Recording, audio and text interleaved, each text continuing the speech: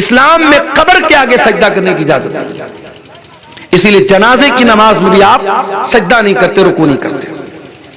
اچھا جنازے کی دعا کتنے لوگوں کو یاد ہے؟ ذرا ہاتھ اٹھا کے بتاؤ تھا، کتنے لوگوں کو یاد ہے؟ ایمانداری سے بتانا، جھوٹ موٹ ہاتھ مت اٹھانا۔ دیکھیے اتنا بڑا مجمع ہے اور کافی لوگ ایسے ہیں جو ہاتھ نہیں اٹھا پا رہے، یہ افسوس کی بات ہے۔ آپ اپنے دنیا کے کاموں میں بہت ماہر ہیں، اپنی راجنیتی کے معاملے میں بہت ماہر ہیں، اپنی کھیتی باڑی کے بارے میں بہت جانکار ہیں، لیکن آپ کو جنازے کی نماز کی دعا تک نہیں آتی، یہ افسوس کی بات نہیں ہے۔ جنازے کی نماز میں اللہ اکبر کا امام صاحب نے پہلی تکبیر کے بعد سورہ فاتحہ پڑھے گا، بسم اللہ الرحمن الرحیم الحمدللہ رب العالمین الرحمن الرحیم مالک یوم الدین ایاک نعبد و ایاک نستعین اہدنا الصراط المستقیم صراط الذین انعمت علیہم غیر المغضوب علیہم ولا الضالین آمین، سورہ فاتحہ پڑھے گا۔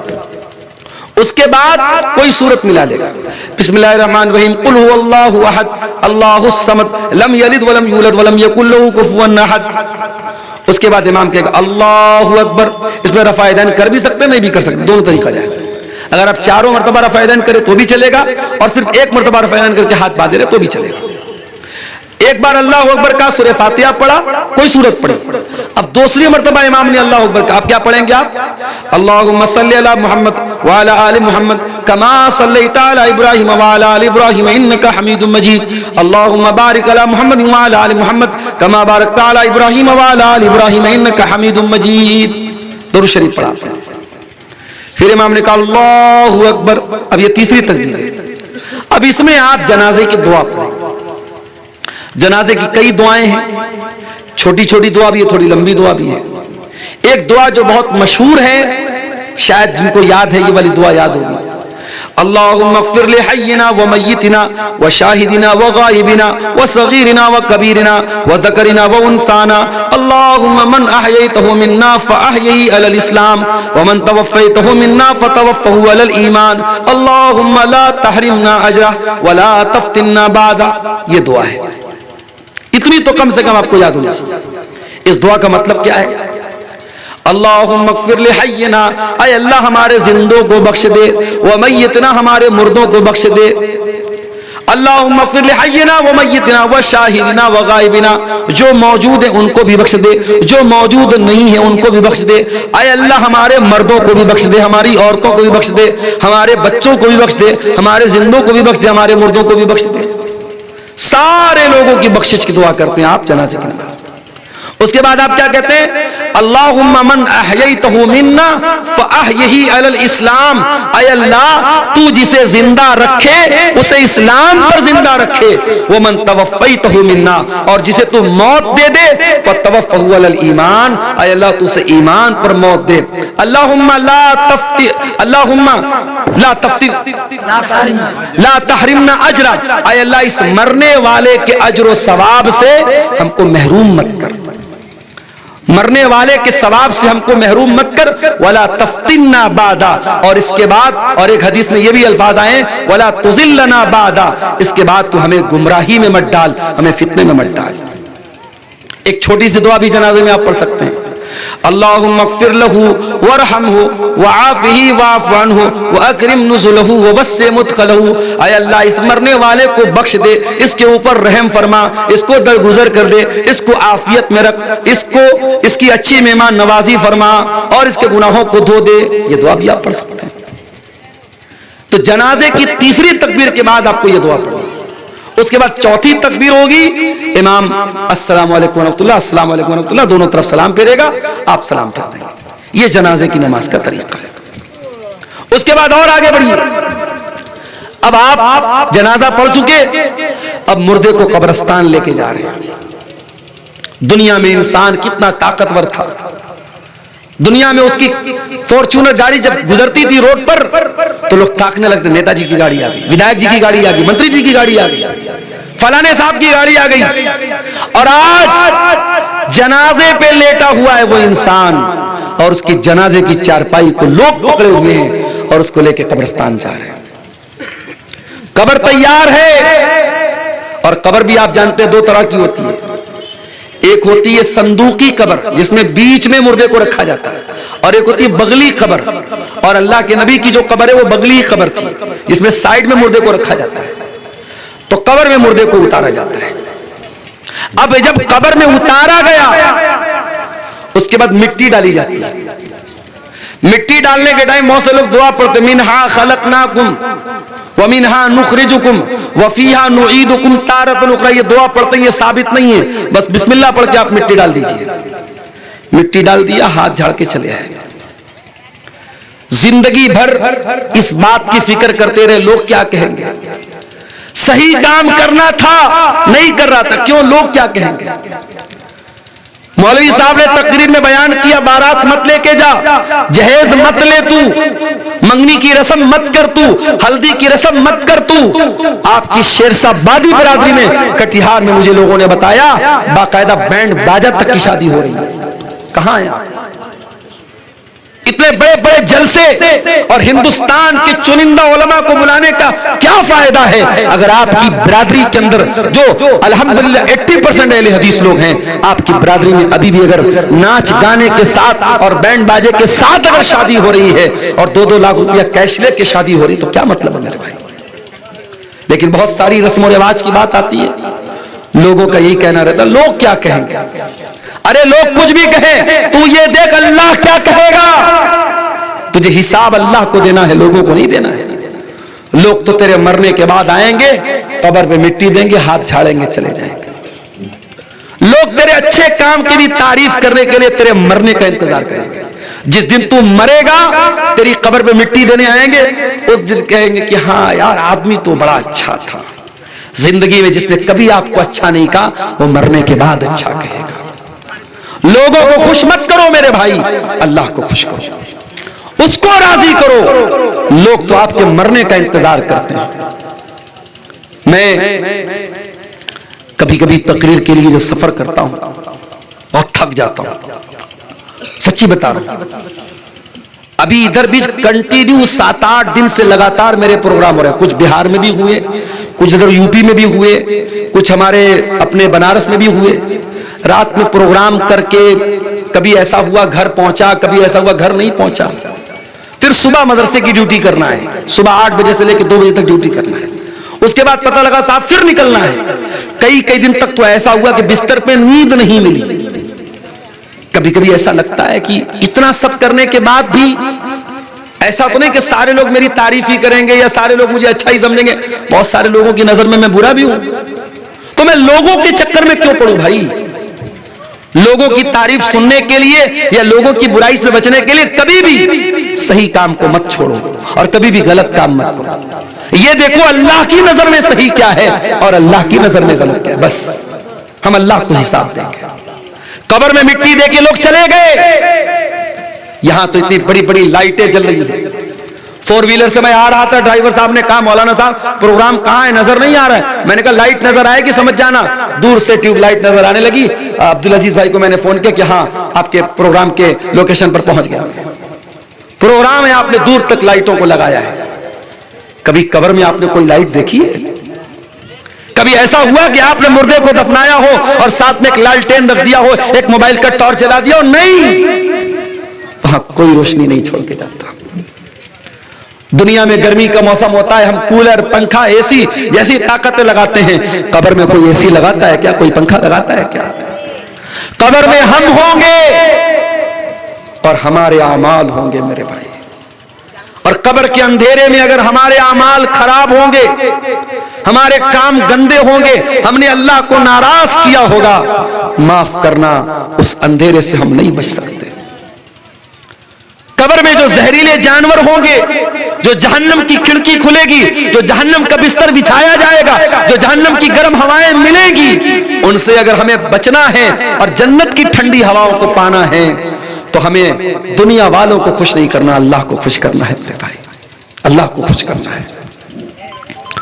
ابو داؤد کے الفاظ ہیں, ایک انصاری صحابی کا جنازہ تھا, جنازے کو قبر میں اتارا جا رہا تھا. اللہ کے پیارے نبی وہیں جنازے کے پاس بیٹھے ہوئے تھے. آپ کے صحابہ بھی آپ کے آس پاس بیٹھے ہوئے تھے.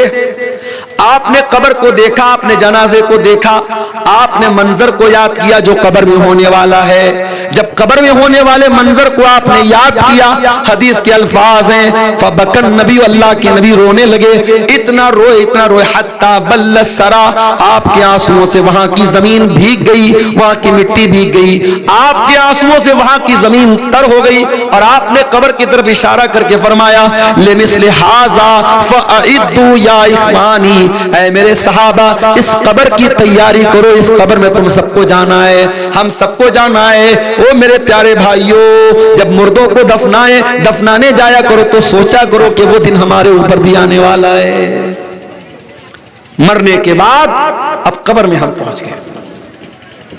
اب قبر میں جب پہنچ گئے اب قیامت تک ہم قبر میں رہیں گے. اب یہ مرنے کے بعد اور قیامت تک کے بیچ کا جو پیریڈ ہے اس کو برزخ کہا جاتا ہے.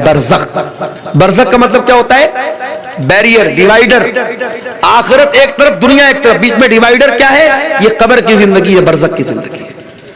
اور اسی سے یہ مسئلہ پتا چلا کہ ہم تو اپنے مردے کو دفناتے ہیں, ہمارے ہندو بھائی تو اپنے مردوں کو جلا دیتے ہیں, ہمارے پارسی مذہب کے لوگ تو اپنے مردوں کو چیل کووں کو کھلا دیتے ہیں, عیسائی لوگ تو تابوت میں رکھ کے مٹی کے اندر ڈال دیتے ہیں. ہر مذہب میں انتم سنسکار کرنے کا اپنا اپنا طریقہ ہے, اور ہمارے نبی فرما رہے ہیں کہ قبر میں عذاب بھی ہوگا اور قبر میں ثواب بھی ملے گا.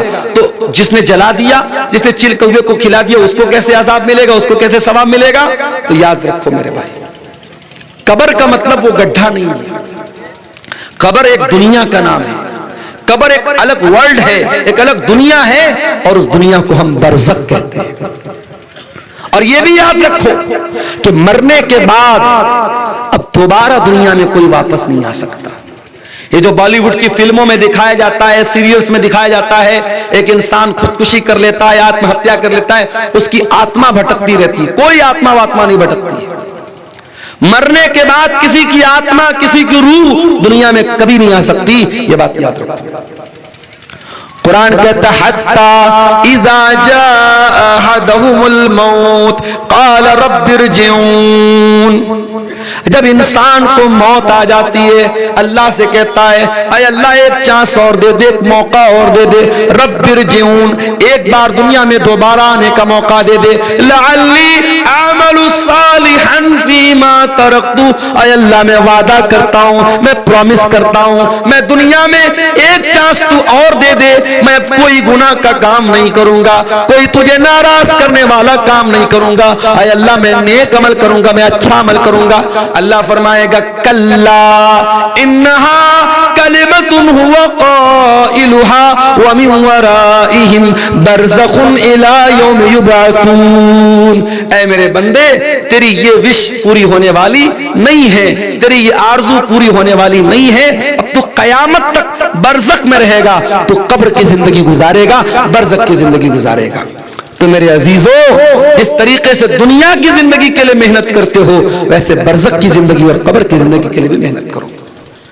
اب آئیے تقریر کے آخر میں جو قرآن کی آیت میں نے شروع میں پڑھی تھی, شروع میں نے آیت پڑھی تھی, اللہ نے سورہ نحل میں فرمایا قرآن کے 14ویں پارے میں من عمل صالحا من ذکر او انثى, جو بھی نیک عمل کرے گا چاہے وہ مرد ہو یا عورت ہو, اگر وہ ایمان والا ہوگا.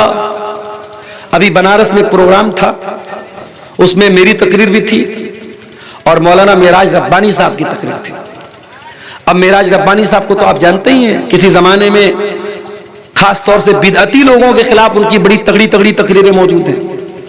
تو بدعتی لوگوں نے وہاں جہاں بنارس میں پروگرام تھا, ان لوگوں نے ایک میسج وائرل کیا اور خاص طور سے شیخ معراج ربانی کا نام لے کر کے کہا کہ صاحب یہ تو بہت بڑا گستاخ ہے اور نبی کو نہیں مانتا ہے, نبی کا گستاخ ہے, اور نبی کی قبر کے اوپر جو گنبد بنا اس کو گرانے کی بات کرتا ہے, ایسے گستاخ کی تقریر ہم نہیں ہونے دیں گے وغیرہ وغیرہ. تو وہ میسج دیکھ کر مجھے تو بہت غصہ آیا. تو کل جب میری تقریر تھی بنارس میں پرسوں, تو میں نے ایک بات کہی, میں نے کہا یہ لمبی لمبی ٹوپی اور یہ لمبی لمبی پگڑی پہن کر کے آپ اللہ کے عذاب سے نہیں بچ سکتے. اللہ کے یہاں یہ نہیں دیکھا جائے گا آپ کا کرتا کتنا لمبا تھا, آپ کی ٹوپی قطب مینار کی طرح اونچی تھی کہ نہیں تھی, اور آپ کی پگڑی کتنی لمبی تھی؟ اللہ کیا یہ دیکھا جائے گا آپ ایمان پر تھے کہ نہیں تھے، آپ توحید پر تھے کہ نہیں تھے۔ من عمل صالحا من ذکر او انثى وهو مومن، جو ایمان والا ہے، جو توحید والا ہے اور وہ ساتھ میں نیک عمل کرنے والا ہے، چاہے وہ مرد ہو یا عورت ہو، اللہ کا وعدہ ہے فَلَنُحْيِيَنَّهُ حَيَاةً طَيِّبَةً، ہم اسے دنیا میں ایک اچھی زندگی، ایک چین والی زندگی، ایک خوشی والی زندگی عطا فرمائیں گے۔ وَلَنَجْزِيَنَّهُمْ أَجْرَهُمْ بِأَحْسَنِ مَا كَانُوا یعملون، اور آخرت میں اس کے عمل کا بہترین بدلہ دیں گے۔ دین پر عمل کر میرے بھائی، دین پر گارنٹی ہے اللہ کی، تیری دنیا بھی چین والی ہو جائے گی، تیرے بچے تیرے فرما بردار بن جائیں گے، تیری بیوی تیری بات مانے گی، تیرے ماں باپ تجھے دعائیں دیں گے، تیرے گھر میں برکت آئے گی۔ لیکن اگر تو دین پر نہیں چلے گا، تو حرام کام کرے گا، حرام کمائی کو گھر میں لائے گا، حرام روزی کو گھر میں لائے گا، تیرے گھر کی برکت ختم، تیری اولاد بھی نافرمان، تیری بیوی بھی نافرمان، تیرے گھر کا سکھ چین سب ختم ہو جائے گا۔ تو دین پر چلو میرے پیارے ساتھیوں۔ یہ کچھ سوالات کی پرچیاں آئی ہیں۔ ایک سوال آیا ہے کہ ایک ہی وقت میں ایک ہی بیٹھک میں 3 طلاق دے تو جائز ہے کہ نہیں، اور اس کی دلیل کیا ہے؟ جائز تو نہیں ہے۔ جو علماء کہتے ہیں کہ اکٹھے 3 طلاق کوئی دے دے تو تینوں ہو جاتی، جیسے ہمارے حنفی علماء کا یہ فتویٰ ہے، ان سے بھی آپ پوچھیں گے تو وہ کہیں گے یہ غلط ہے، گناہ کا کام ہے۔ اور نبی کے زمانے میں جب 3 طلاق اکٹھے کسی نے دی، جو اہل حدیث کی دلیل ہے کہ نبی نے بہت غصے کا اظہار کیا، بلکہ حدیث میں یہ الفاظ ہے کہ اللہ کے نبی نے فرمایا کہ کیا میرے رہتے ہوئے دین کا مذاق اڑ رہا ہے، دین کا مذاق بنایا جا رہا ہے، اور آپ نے اس صحابی کو رجوع کرنے کا حکم دیا۔ اس کا مطلب کہ نبی نے اکٹھے 3 طلاق کو ایک مانا ہے، 3 نہیں مانا ہے۔ اس کے بعد دوسرا سوال ہے کہ طلاق شدہ عورت کو شادی کرنے کا کیا حکم ہے؟ بالکل شادی کرنی چاہیے اس کی۔ ہمارے یہاں بڑا مسئلہ یہ ہے، کوئی عورت طلاق شدہ ہو گئی تو اب اس کی غلطی ہو چاہے نہ ہو، شوہر نے طلاق دے دی تو یہ مانا جاتا ہے کہ عورت کے اندر کوئی کمی ہے تب تو طلاق ملی، اور طلاق شدہ عورت کی شادی بہت مشکل ہو جاتی ہے۔ بلکہ بہت سارے کیس میں ایسا دیکھا گیا کہ اگر طلاق شدہ عورت کا کوئی ایک بچہ بھی ہے تو عورتیں کیا بولتی ہیں، ارے وہ تو عورت ہے، بچے کے سہارے زندگی گزار لے گی۔ معاف کرنا، یہ دنیا کا بہت بڑا جھوٹ ہے میرے بھائی۔ اگر کوئی عورت طلاق شدہ ہے اور بیوہ ہے، اگرچہ اس کے پاس بچہ بھی ہے، اس کی پوری جوانی کو برباد کر دینا اور یہ کہنا کہ بچے کے سہارے زندگی گزار لے گی، یہ اسلام کے بھی خلاف ہے اور یہ فطرت کے بھی خلاف ہے۔ ایک جوان عورت کو اس کے جوڑے کی ضرورت ہے، اور آپ حلال ضرورت پوری نہیں کریں گے تو حرام کے راستے کھلیں گے۔ اور سماج میں ہم نے دیکھا ہے بہت ساری طلاق شدہ عورتیں اور بہت ساری بیوہ عورتیں جن کا نکاح نہیں ہوتا، جن کی شادی نہیں ہوتی، وہ غلط راستہ بھی اپناتی ہیں، اور ایسے لوگ، ایسی عورتوں پر سماج کے گندے لوگوں کی نظریں بھی ہوتی ہیں اور لوگ موقع کا فائدہ بھی اٹھانا چاہتے ہیں۔ اس لیے یہ بات یاد رکھیے، یہ اسلام کی خوبصورتی ہے۔ اسلام تو ہمارے نبی نے صرف ایک بیوی جو آپ کے نکاح میں حضرت عائشہ تھی وہ کنواری تھی، باقی جتنی بیویاں تھی سب طلاق شدہ تھی اور سب بیوہ تھی۔ اس لیے طلاق شدہ عورتوں سے نکاح کرنا چاہیے، اگر وہ اچھی ہے، دیندار ہیں تو ایسی عورتوں سے نکاح کرنا چاہیے۔ ان کے گھر میں راشن پہنچا دینا، ان کی خبرگیری کرنا، یہ ان کی مدد نہیں، ان کی مدد یہ ہے ان کا گھر بسایا جائے، ان کو عزت کے ساتھ بیوی بنا کے لایا جائے۔ کیا ایک لڑکا ایک لڑکی کو شادی کا پیغام تنہائی میں دے سکتا ہے کہ نہیں؟ نہیں دے سکتا۔ لڑکا لڑکی کو کیوں دے گا شادی کا پیغام؟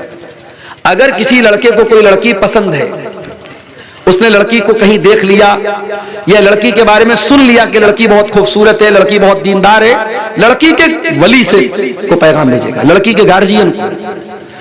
لڑکی کا نکاح لڑکی کے گارجین کی رضامندی کے بغیر نہیں ہو سکتا، یہ مسئلہ یاد رکھیے۔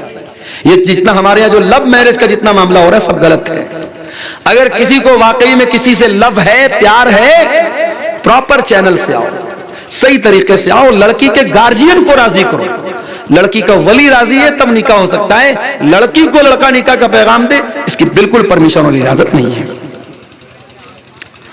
سچ ظاہر کرنے کے لیے کسی شخص کو قتل کر سکتے ہیں یا نہیں؟ اس کا کیا مطلب ہے بھائی؟ سچ ظاہر کرنے کے لیے کسی کو قتل کر دیں گے آپ؟ ایسا کون سا سچ ہے بھائی؟ بہت خطرناک سچ ہے۔ کیا ایک مرد کی بیوی کا انتقال ہو جائے تو وہ اپنی بیوی کو فرض غسل دے سکتا ہے یا نہیں؟ دے سکتا ہے۔ شوہر اپنی بیوی کو مرنے کے بعد غسل دے سکتا ہے، اس کو قبر میں اتار بھی سکتا ہے۔ ہمارے یہاں کہیں کہ بڑا گناہ سمجھتے ہیں، بیوی کا انتقال شوہر چھو نہیں سکتا، شوہر دیکھ نہیں سکتا، غلط ہے۔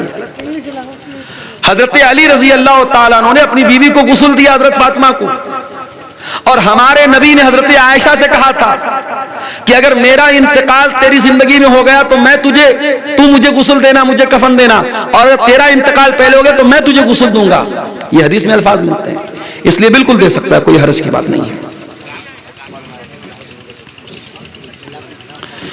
غیر مسلم کے گھر شادی کا دعوت کھانا کیسا ہے؟ جائز ہے، کھا سکتے ہیں، شرط یہ ہے کہ اس میں کوئی ناچ گانا وغیرہ کا کارکرم ہو رہا ہے تو اس میں مت جائیے، آپ ایسے ٹائم جائیے کہ کسی ایسے ناجائز کام میں آپ شامل مت ہوئیے۔